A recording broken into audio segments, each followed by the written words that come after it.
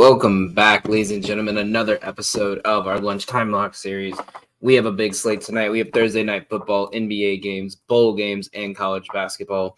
We have a breakdown of the best bets for every single sport. All that and more is going to be coming up on the Golden Ticket Show.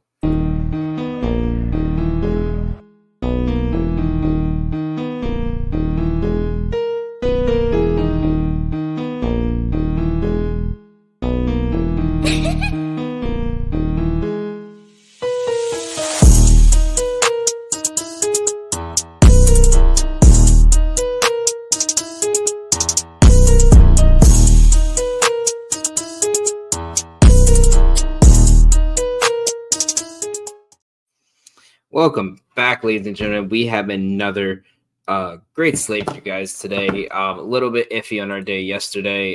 We were kind of hitting that rough patch of a couple good bets just losing by just a little bit. We have some great bets today. A lot of stuff's coming. We have a couple bets that are coming out early today. So I don't know what's going on with my light here. There we go. Get me nice and bright here for you guys. So what do we got on slate today? We have some Premier League action. We have some NBA action, college basketball, college football, and Thursday night football. We have 5 different sports to bet on tonight. 5 things I love. I'm excited for today's slate. I really did a quick dive into it, and I like, as I said, I think this is going to be a good day for us. I really like the slate we have and the bets we've made. So let's get into it. So our first bet, again, we're going to go Premier League here. We talked about it yesterday on the show. Our final bet for this game will be Brighton to draw or to win against Crystal Palace. Crystal Palace has struggled the last couple of weeks. And I think this is a good spot for Brighton after a tough loss last week to bounce back and kind of get some extra points in the table. So I think this game is finished in a tie 3 of the 4 games, and neither game has had more than 2 goals scored. So, but the way that Palace's defense has been lately and the way Brighton's offense has been lately, I like just taking the total here. I don't trust either team total-wise. I would rather just take the double chance. You could also take this draw no bet. We do have that one as well. That's going to be on this banner here down below. You'll see it at the very end. But we do have our best bets down below throughout the entire show. So make sure you guys tune in for that. But as I said, I'm very excited for that tonight. That game kicks off at 3 o'clock. I'm going to be watching that one very heavily. But with that being said, let's go into tonight's bowl game for college football. We have a matchup between USF and Syracuse. Now, this game will be on ESPN. I think it's the Boca Raton Bowl, I think is what it's called. These are 2 teams. They're 6-6 each. So they just hit 500 on the year. But we're going to take USF on the spread here. I get why they're the underdog, but Syracuse is on a third-string quarterback. So with that being said, I would rather just take the points on USF. We saw a team that shouldn't have won with a third-string quarterback win the other night, but that was more of a Old Dominion fail than it was a Western Kentucky kind of win. In my book, that game should not even have gotten close to overtime, especially at 21-0, which was part of our bad beat day when we got hit with that total that we missed it by 1 point. So, I'm going to rock with USF here. I got this one over from Sean Koner over on Action and on Twitter. He gave me some insight on this one that I just really love, so I'm going to stick with it. So we're going to rock USF here. So let's get into college basketball. So what do we have on the college basketball slate tonight? We have a big slate. There aren't many big games, like big matchups between top tier teams. As we got Sacred Heart, Dartmouth is kicking off now. I think a lot of teams are kind of like, this is their last day or two before the holidays, so they're probably not getting a lot of good games in. There's not any big major matchups going on tonight. I'm looking at it. I think maybe Kentucky, Louisville would probably be your best bet for a big game. because most of the schools are on break, so some of these games are kicking off a little earlier. We have a Kentucky Louisville rivalry game, which we'll get into that one later. We got Purdue Jacksonville. I have some opinions on that one, but again, we'll get to that one later. We got nothing really. App State and UNC Asheville is kind of a little local rivalry. Nothing really to, unless you're an alumni of those schools or you're a fan of those schools, nothing really to look at there. But again, we're gonna have bets for that. It's not really a big night tonight, but there's a lot of good value and a lot of good games. So let's get into it. So our first play is going to be right here on the screen. Navy and Youngstown State. We are going on the under 139.5. Now, the reason I took this is because this is just like when you bet football games for any military school. They are disciplined. They stay low. As you can see, this under has hit in 78% of their games this year versus a Youngstown State team who their offense has been pretty good. But if you look at some of these matchups, it hasn't been really good teams. They've kind of kept around 140 except for their, pay to win games. You got a 170, 162, 170, but they've had a couple games against these teams that play that kind of slow pace, and they've kind of stuck to that.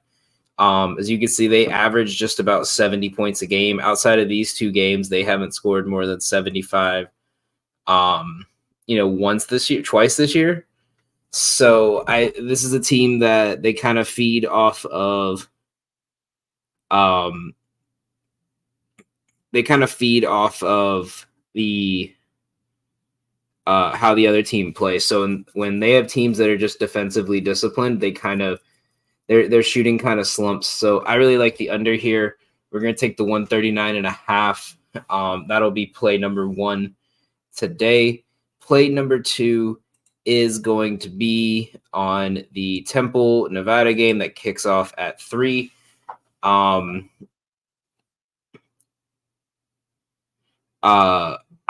taking Temple here.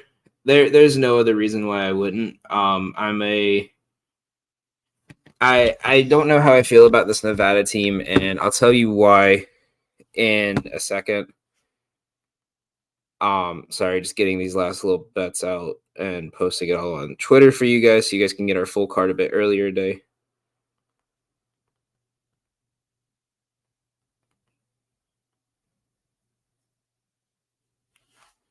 Okay, so the reason I like this play is if you look at Temple this year, they've covered this spread in a lot of games where the only 2 games they haven't covered within a 9-point deficit was a 9-point loss here and a 9-point loss here. As I said, if you look, they haven't covered they've been kind of 50-50. They've 56 and 44% splits on the spread this year. But if you look, the big one is they've only had one game as an where was it? I just had it. There was a game. They've only had one game as an underdog with a 9-point spread or higher, and they've pretty much dominated that one. Every other game, they've kind of stayed close as their games have been pretty close. This team plays close matchups, and they have not lost a game by double digits yet this year. So I think them, especially this Nevada team, after this game, they didn't really have a lot of competition for a couple weeks, but the big thing is as a double-digit favorite, they have not covered well. As you can see, 14-point favorite. They won by 12, only won by 11. So they're both kind of riding around this this line that kind of leans towards Temple here. I just think Temple has a better game and a better situation in Philly today. So we're going to take Temple in that one. And then this is the big one a lot of people are talking about. We have Kentucky versus Louisville. As you can see, Louisville's covered the spread. They haven't had the best spread coverage this year. They're not the best against the spread, but they've covered a 13.5, which does look kind of scary when you look at this. But if you look at who they've played, they've only had 3 games this season where the spread has been above double digits.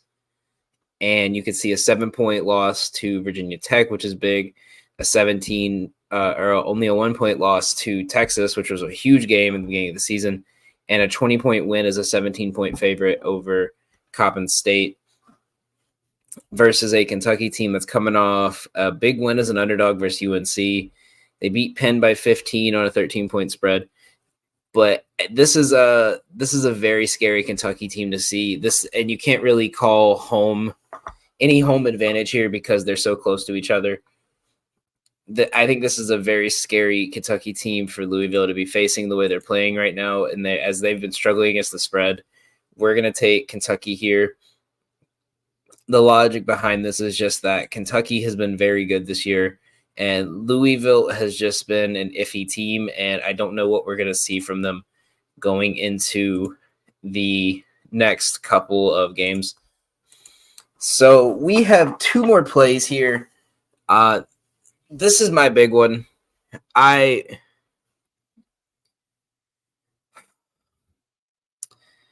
Jacksonville hurt me. I don't know if any of you tailed that play. But Jacksonville going where I caught the total first thing in the morning, and it was at 140.5.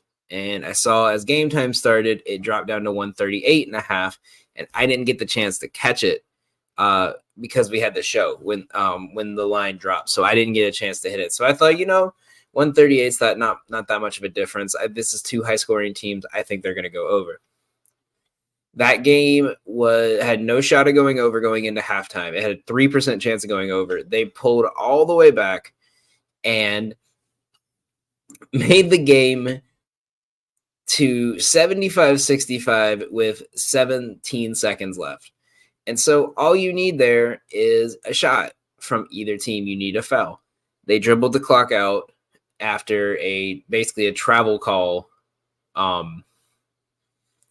Wasn't what we wanted to see. So we go on, and we're gonna vent our hatred out on this game. Now, I wanted to take Purdue on the spread, but if you saw it, the spread is 33.5. As much as I think that's likely it's going to hit, I just don't want to bet a 34-point spread. Because I want to enjoy watching this game, so I'm rooting for both teams to score here. As you can see, the line dropped to 138. We caught it at 140.5. It finished at 140. They haven't covered this 147.5 the best this year, but if you see, they've went over against South Carolina State, another team that plays fast. They hit 160 against Georgia Southern, another team that plays fast. The only team that they haven't really hit this that really is noticeable is Campbell, but again, Campbell is one of the slower-paced teams in college basketball. And now if you look at Purdue, they've went over 147.5 in every game since the start of December, and it hasn't been like they've been playing scrubs either. Alabama, 92-86, 84-92 against Arizona. So 2 top 50 teams they've put up 92 points against. They put up 87 against Iowa, 88 in a loss to Northwestern, 99 on Texas Southern. They even still put up 71. They got pretty close to the spread, but they've hit this in 6 of their 10 games this season. I want to vent my frustration and watch both these teams just fling the ball. So we're taking the over here. And we have one final play on the college basketball slate. It is, as a North Carolina kid, it's a game that I actually like watching this one. I've watched this before. It's App State -9 versus UNC Asheville. Now, unless you're a degenerate, you're not touching this game. You're not even noticing the slate. You're too focused on Thursday Night Football. But I love this play. I was researching it about 30 minutes before the show because I was just looking through my thing and I saw, App State's playing tonight. And being from North Carolina in college basketball, anytime there's a North Carolina school, I tend to kind of look at these things. As you can see, this bet's 105 on Caesars, 125 on DraftKings. We caught this one on Caesars. It was 9.5 when we caught it, so it has dropped a bit. But again, the only difference is that this finishes at 9. You void, I lose. So both these teams, this season have, now if you see last 10, they have not covered the best, or they're both 7-3. But since the beginning of the season, that number has kind of went down, while this number has went up. Now, the big one here, obviously, we see 21-point win as an underdog to Gardner-Webb, a 6-point favorite, and a win by 12 against Quinnipiac. But the big thing I'm keying on here is this Auburn team, this Auburn game right here. So as a 7.5-point underdog, they won by App State won by 5 to Auburn, which was a big win, obviously, for them, and a tough loss for a Bruce Pearl team that is looking for another good tournament run. But if you go down here in the game literally a week later to Auburn, as both these teams played Auburn at home, UNC Asheville lost by 25 points. Now, obviously, they're a 20-point underdog. This was an expected beat-up game. But if you see, this isn't like just a random occasion. As a 14-point favorite to South Carolina State, they lost by 4. As a 3-point underdog, they lost by 15. They've lost 3 consecutive games. They have not had a game where the score hasn't been under double digits since last Saturday. They've went almost 2 weeks now without a game, with a game under double digit. That's been pretty much a blowout every single time. So what I just want to see tonight is App State go off. This is somewhat of I don't want to say a rivalry game, but in North Carolina, in-state games always have a little bit more meaning, whether they're conference, divisional, or just territorial. So I love App State in this spot. You could take it -9. You could probably take almost any of these plays and tease them, especially this and that Purdue play. You could tease that down to like 143 and take this down to 5. And I still think it will hit. So, and I obviously will think it's hit if I'm thinking the -9 and the 147 is going to hit. So we're going to rock that one today. That's going to be it for our college basketball, college football, and Premier League bets. Once again, we're going to have all of those. We have our 2 o'clock plays posted right now. Our full card is going to be posted in the next 30 minutes without NBA, so we can have some more time to get some of these NBA games in since they don't start till 8 o'clock. But make sure you guys tune in for that. Coming up after the break, we're going to go over NBA action.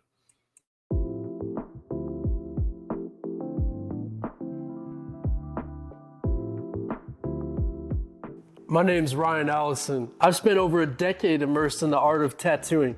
Sharply honing my skills has materialized into a diverse and prestigious body of work. Each tattoo reflects my relentless pursuit of excellence, and every client I work with is a living embodiment of that unwavering commitment. I will gladly and wholeheartedly embrace your distinct vision.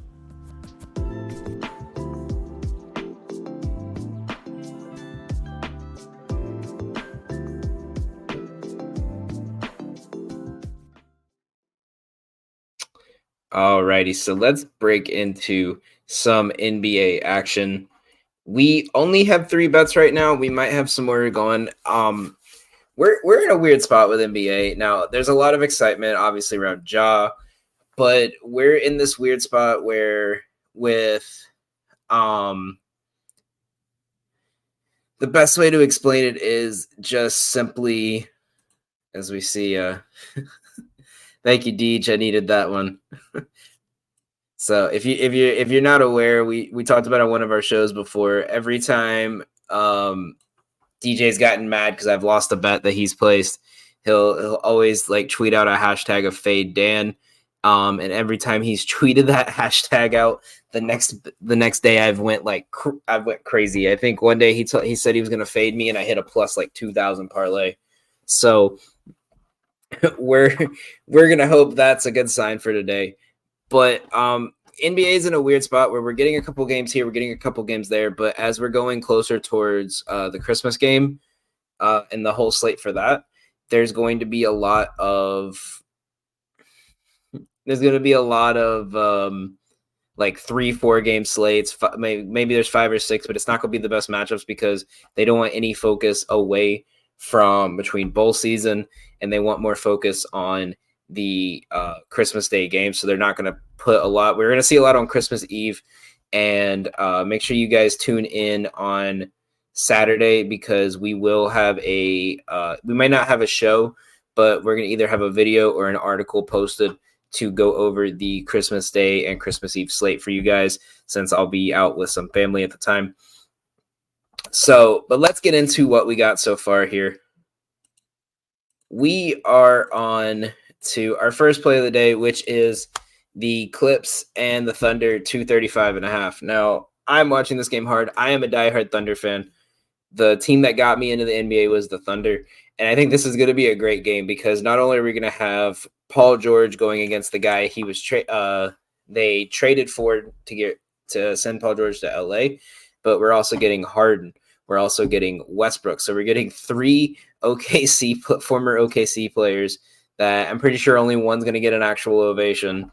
The other two might get booed going up against the baby Thunder. Now, the reason for this game that I think, this is a big play is one, the Clippers are on a back-to-back after a very close game that finished at 231 in their total. It was 120-111.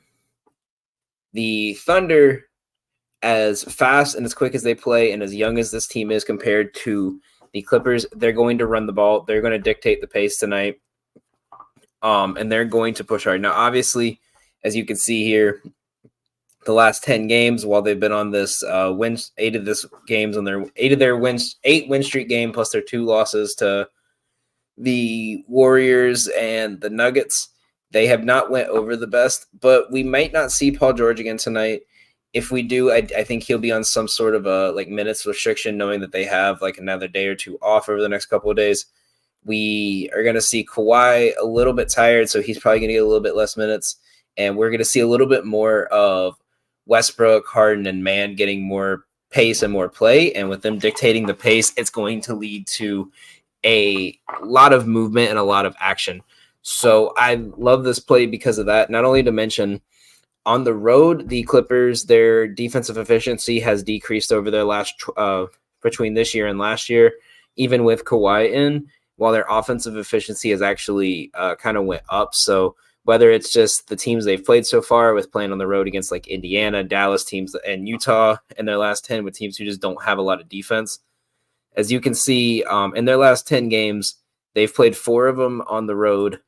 And as you can see, look, since November 3rd, actually, no, you can even go back to through this whole season. If you look, only 1, 2, 3, 4 games were under 115 points. So that means that with the spread being 4.5, if the Thunder cover the spread, that's 115 to 125 or 120, that equals 235. But the big thing is the last 3 games have been against terrible defensive teams: 120, 151, 107. But not to mention, the big thing to worry about is that you see a decrease in the scoring here in a back-to-back. As you can see this year, look at some of their back-to-backs.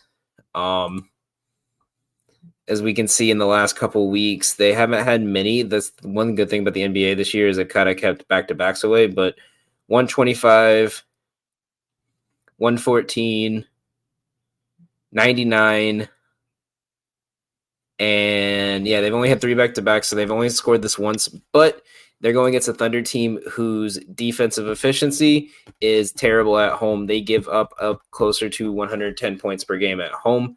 Now, obviously, if you look at these games, they have not played a lot of top-tier offensive teams at home. As you see, they had the Spurs. They only give up 87. Some of these teams that are very streaky, they've played at home.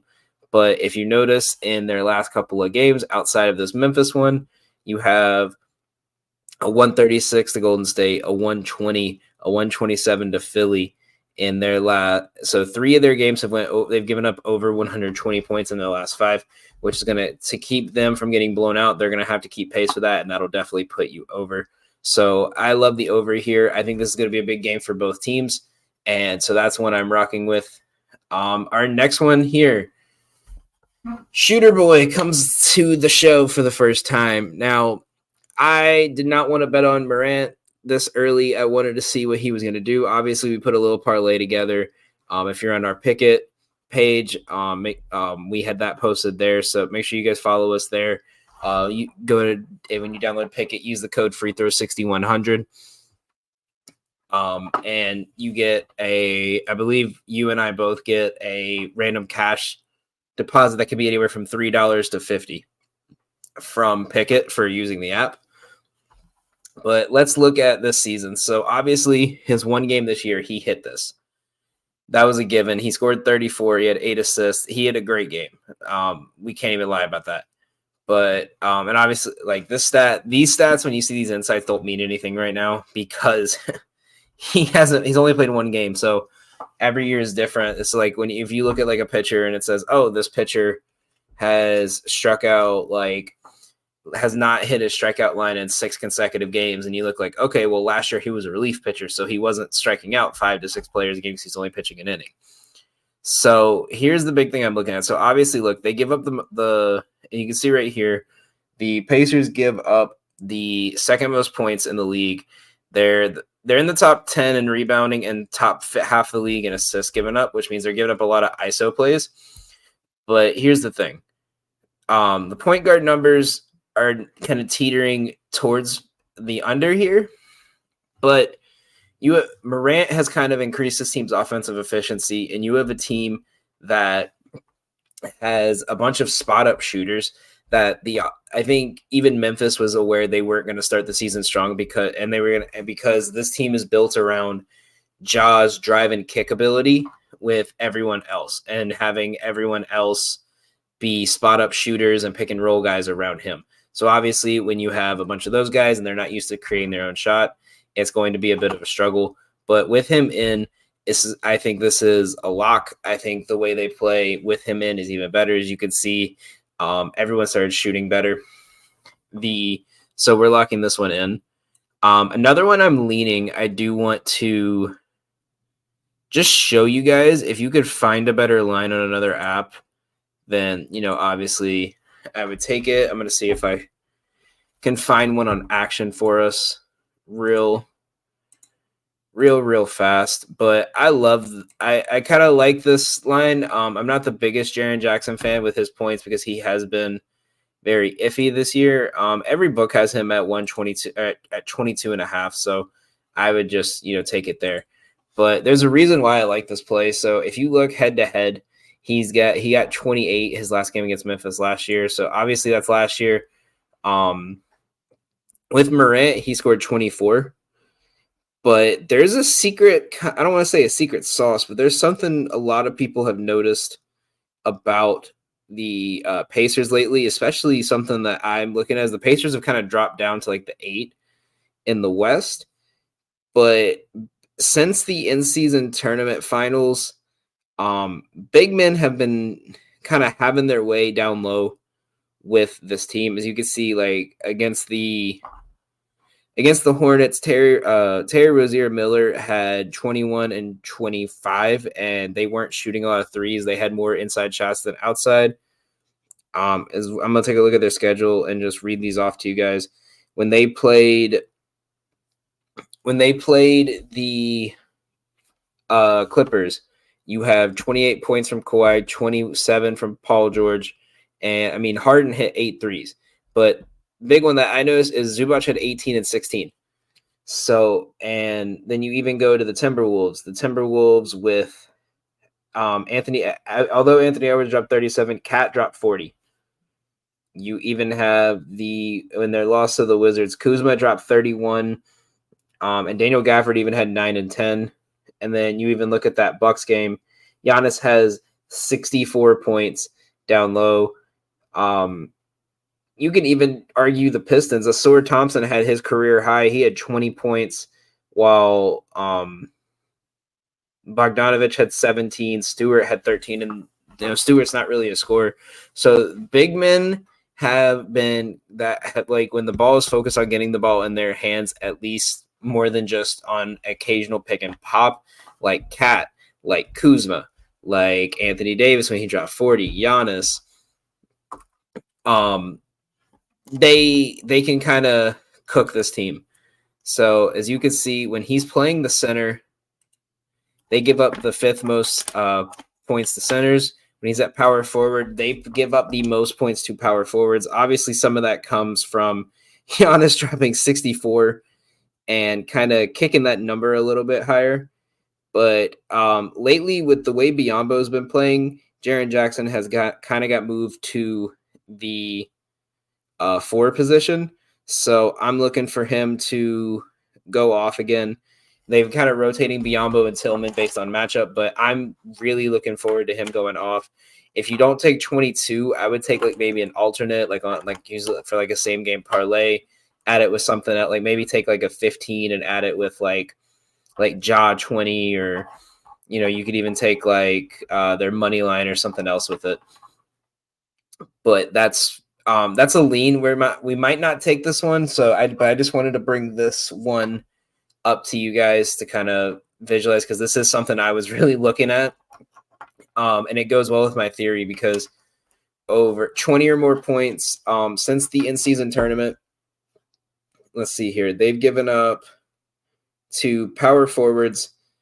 They've given up 20 or more to the power forward position, 20 or more in every game but the game against the Hornets. They've given up over 22.5 to 4 of the 6 teams they've played at the power forward position. So I'm kind of riding this trend until it kind of dies out, or I kind of notice something else, like maybe it's just luck. So if this is one you guys like, by all means take it. I might lean this one just a bit to test the theory out. So bear with me on that one. And our last play is on the man that just dropped 40 on them. We're taking Cats over in 3s. Now, it hasn't been the best, but the big thing I'm looking at is this. Head-to-head since Anthony Davis has been there. Wait, I wanted to see if it'll actually let me look at No, I don't. Head-to-head since Anthony Davis has been there. He's hit this in every game but 1. Now, if you see that 1, he didn't shoot a lot. He shot 4 or more in every game but that one game, and that was a 20-point blowout. So that most likely means that he hasn't been, on the floor as much. But if you look, the Timberwolves in the last couple of years have blown this team out the water. They've had 4 wins of double digits and 2 wins that were 9 points and a 6-point loss in their last game in I think it was actually in the play-in when that one happened. But you could even take their money line and put this with like him to score like 20 or something. Or if you want double your money, if you want double the money odds, you could take this and add it with Timberwolves money line, because I do like them to win tonight. I might even take the spread there. That might be our added extra play, is we might take the spread. But I like this. If you see on this season, he's kind of went back and forth, but he's hitting at a 54% clip this season. But not to mention, look, he's exceeded this in 7 of his last 8 games at home in the second half of a back-to-back. He's averaging 2.5 threes per game in game 2 of a back-to-back. I think that actually happened this season too. I think they played a back-to-back. I'm not sure. That's why I'm going to check this real quick.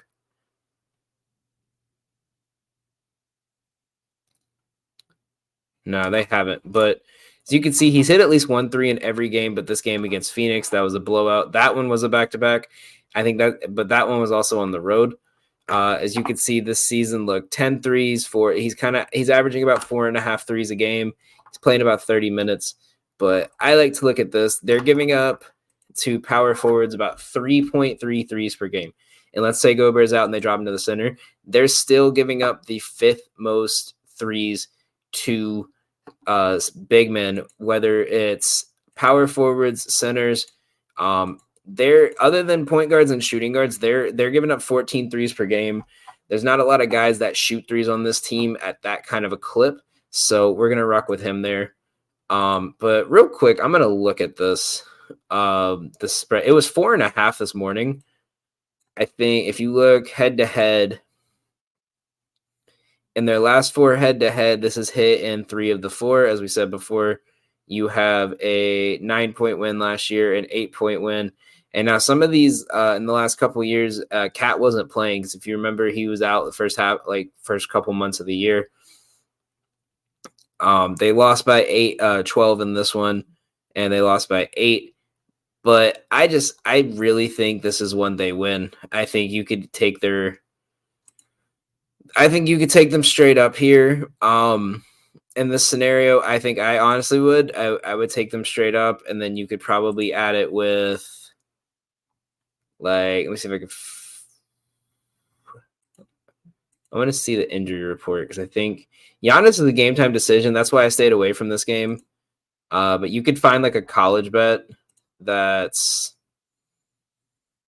no,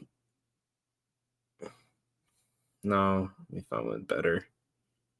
Like Texas Tech. And you can make that like a minus 187, or you could even find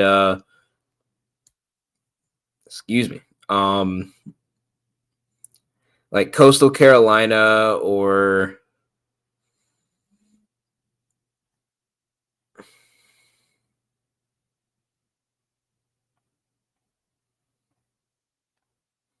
God, these money lines are trash tonight.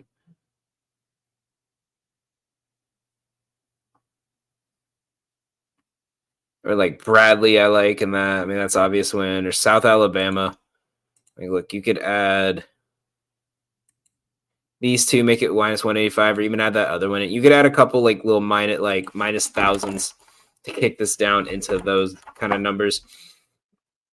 So, but we'll add that one in later. That's going to be our best bets for tonight for the NBA.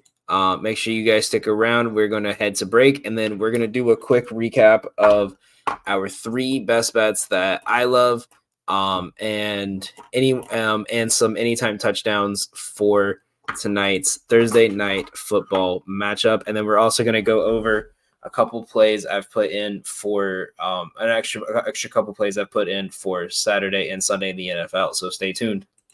Durham Remodeling has been serving the Quad Cities area since 1973, and with over 50 years of excellence on their track record, you'll see why it's so easy to trust their experts when it comes to all of your home improvement projects. This family-owned business has you covered on all your needs. Protect your home or building from the elements today and get great roof repair services. Need new windows? No problem. Durham Remodeling can upgrade your windows and doors. Whether you want to upgrade the little details in your home or office, or want to tear a room down and start fresh, the expert contractors at Durham Remodeling have your back. Even the smallest changes can completely transform your space. Ready to start entertaining your friends for backyard barbecues? Durham Remodeling will help you plan, design, and build your deck and patio for the perfect outdoor space. Durham Remodeling's work is 100% guaranteed, so you can rest assured that you're getting the best service around. Call 309-786-6715 today for your free estimate for all your roofing, siding, flooring, windows, and painting needs. That's Durham Remodeling, 309-786-6715. For frequency's sake has you covered on all things sports. From the squared circle to the hardwood and the gridiron to the speedway, we've got something for everyone. Walk down the aisle with the boys from Cards Subject to Change every Sunday as they take a deep dive into everything pro wrestling. Need your gambling fix? We've got you there. Enter Pit Row with Rod Villagomez and Fast Money as we win the checkered flag with NASCAR, Xfinity, and truck race winners and props. Football more your style? Explore the waters of NFL DFS with DFS Deep Dive with Brian Craighead and Jordan Kernan each week. More into the science portion of the game? We've got a double dose of action there. The Professor John Bush and Dennis Michelson take you into their science lab and dissect your week in the data lab. Want an analytical take? Nick Gurl and the team at Gridiron AI come to you each week with The Lab. Need to know who to start last minute? The network's flagship show, For Fantasy's Sake, is here in a pinch. The fellas come to you live every football Sunday from 10 to 11:30 Central with the week's best DFS, gambling, and lineup advice. And wrap up your Sundays with Joe Winkle and Nick Brinks as they come to you live with educated ignorance looking at all the day's action. Can't get enough of Joe? He comes to you 3 times a week. Not enough football on Sunday? Not a problem. Kick your feet up at lunch on Monday and slip on into the football lounge with Mark and Dan while they look at the week that was in news, notes, and more. For frequency's sake, you know what we mean. Dang, I think I need to be on. I'm on there more than Joe, so I think we definitely got to get me. Got to get me on there just a bit. Alrighty. So again, we had two plays that we went over yesterday that I absolutely loved, and it was Tyler Higbee over 23.5 receiving yards, and the other part of it was Juwan Johnson over on his receiving yards. Now I'm gonna pull them back up real quick, and we're gonna go over them one more time. So again, this was at 21.5 when I caught it.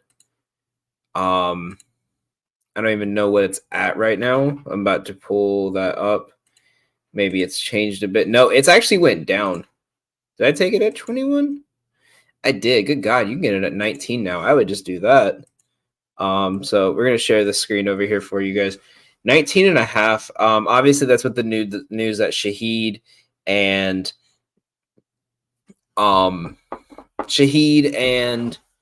Olave are both cleared to play. I just realized I had probably my best basketball play of the day, and I forgot to bring it to you guys. It's on the screen here. I'll restart this thing so you'll see it here in a second. I'm so mad at myself about that. I was so excited about this play today. It better be on there. If it didn't save through, oh my God, it didn't. Okay, well, we're going to go over this real quick, and then I'll go over that one. It's going to be my play of the day. I'm going to do 2 units on this one. So this is why I like this one. Since Michael Thomas was put on injured reserve this season, he's hit this in 2 of 4. Now, if you look, he only had 3 targets in this game. His targets weren't the best that last week, but he's hitting over. And the receiving yards to tight ends is the 9th worst in the NFL. They give up 58.3. He's getting more and more targets. He's now the 5th most targeted player. You put him in possibly top 3 because Kamara, I don't think is going to get a lot of targets, and Thomas is out. So his target share is probably going to go up to about 15% this week. Foster Moreau hasn't done much. They're obviously taking their time with him. Jimmy Graham is only getting touches in the end zone, and Taysom Hill is just kind of everywhere. So I don't think they're going to be. I think everyone kind of knows what's going on with him at this point. But if you look, this whole little purple chunk right here is all him. So you could see all of these are these top 5 guys, and then everyone else is kind of sprinkled through the rest of the way. But he's getting about 7.7% of the target share this season. With Michael Thomas out, it's went up to 11%. So I love this play for him. I would even take this again at 19.5. I'm actually really glad this happened. I'm going to add that one back in and replace that one. And then the next one we have is going to be on Mr. Tyler Higbee. Now, he also, I think his line dropped down. It was 23.5. It's 22.5 now. So not much of difference. Actually, well, that's weird. You can get his under at 22, but his over at 23. That's interesting. But let's look at the season for him. It's kind of been back and forth. He had 1 game good and then a struggle, 2 games good and then a struggle. But if you notice these 3 games, he's played very well. Since the bye, he's gotten over this line 20 or more in 3 of the 4 games since the bye. He's exceeded this line in 7 of the last 10 games when they're favored by less than 7 points. He's getting 43 yards per game. I really like him this week as we go down and look. Not only that, the Saints are giving up the 21st worst team in receiving yards allowed. They're giving up way too many receiving yards to tight end. They're giving up 50 a game to a guy that just needs to hit 22 and is honestly, he's kind of went up here. They're back and forth, but I think he's honestly their 3rd most targeted player now. As you can see in the last 3 games, I think he's gotten more targets than Tutu, but I'm going to double check that as we saw 5-4-5. He doesn't even I don't even think Tutu's playing tonight. I think he's injured. So, let me check that.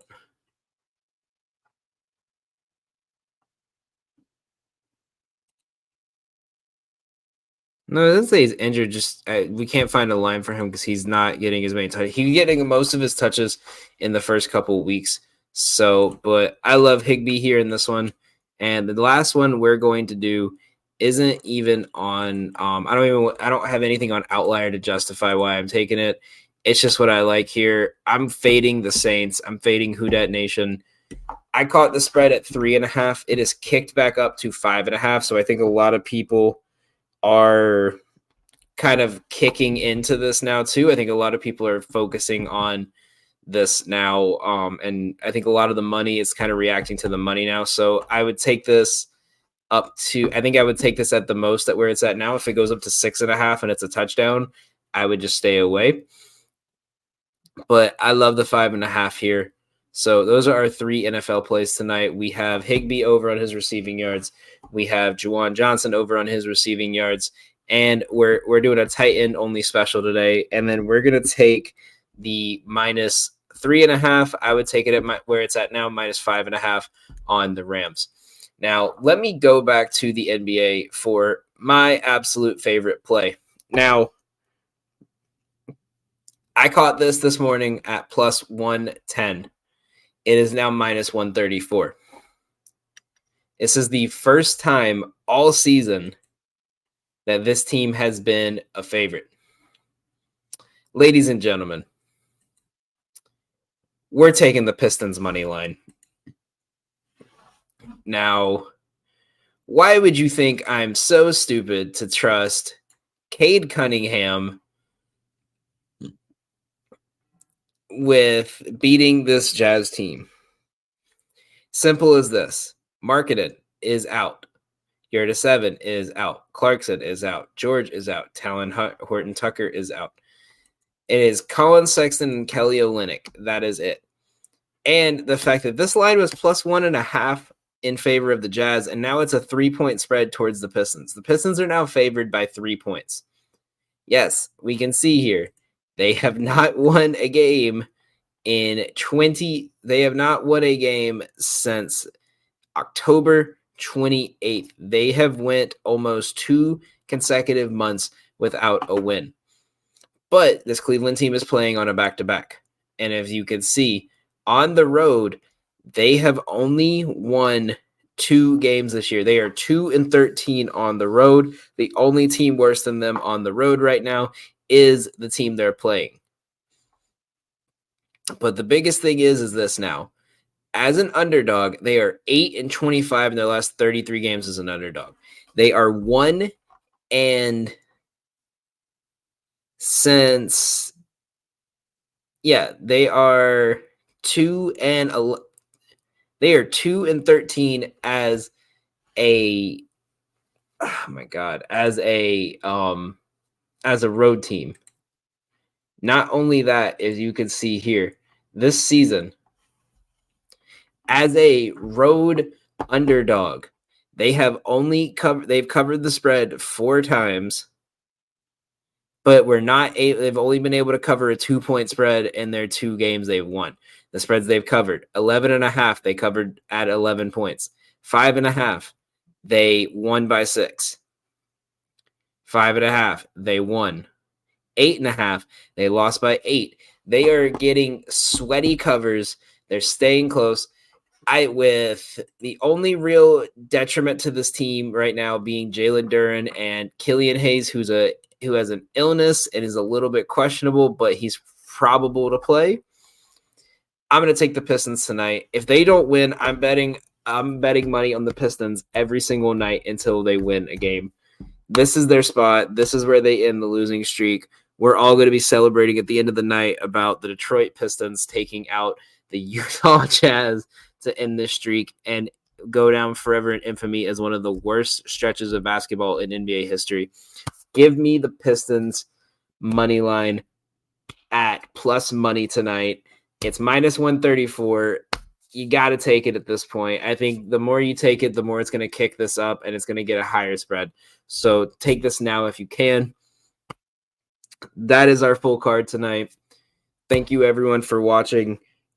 Make sure you guys stay tuned tomorrow. We will be going live tomorrow to break down Friday and Saturday for bowl games. We're going to be breaking down.